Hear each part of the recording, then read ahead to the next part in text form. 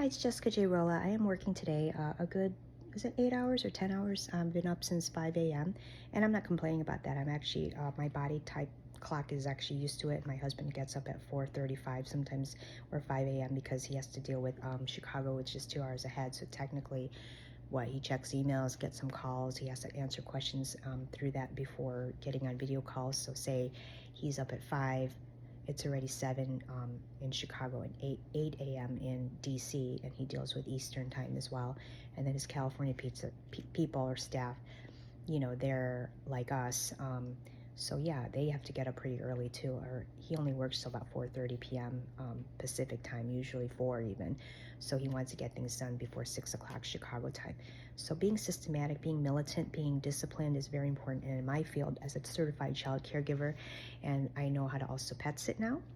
Short-haired animals I prefer. I could do cats, but they got to be either locked up more or not scratch or be friendly. And if they're aggressive dogs or cats or turtles or birds or whatever, I can deal with all that. And I got a $20 tip earlier this week with a new family I didn't expect, but I was very perturbed by a NBC news report I was watching before the 2-year-old woke up after the parents left for work.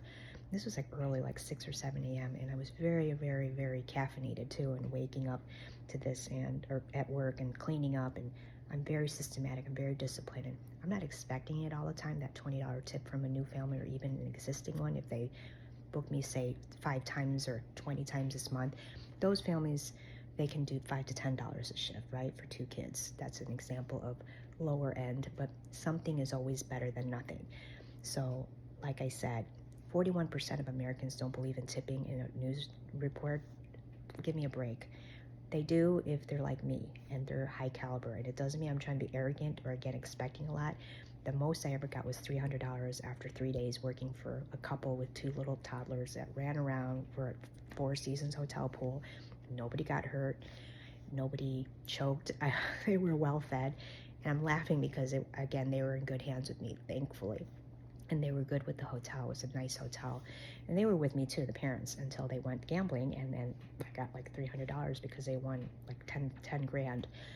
That was very lucky. But as far as an average tip, should be about, I'd say, $10 to 25. Say they have 1 to 4 kids at the most, and I'm not asking for much after that. So we'll see.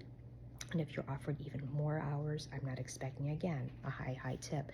But a regular tip is very important for someone that deserves it, who gets there 15 minutes earlier, 5 minutes to park, get into a gated community, never steals, never borrows food or drink unless you're offered that, and cleans up dishes, never complains, doesn't swear. And if kids do get into conflicts, I'm about following the parent's discipline style, whether it's militant, whether it's gentle parenting, whether it's redirecting, and very, very soft spoken. And then I will raise my voice only to be firm and trying not to be emotional. It's hard, right?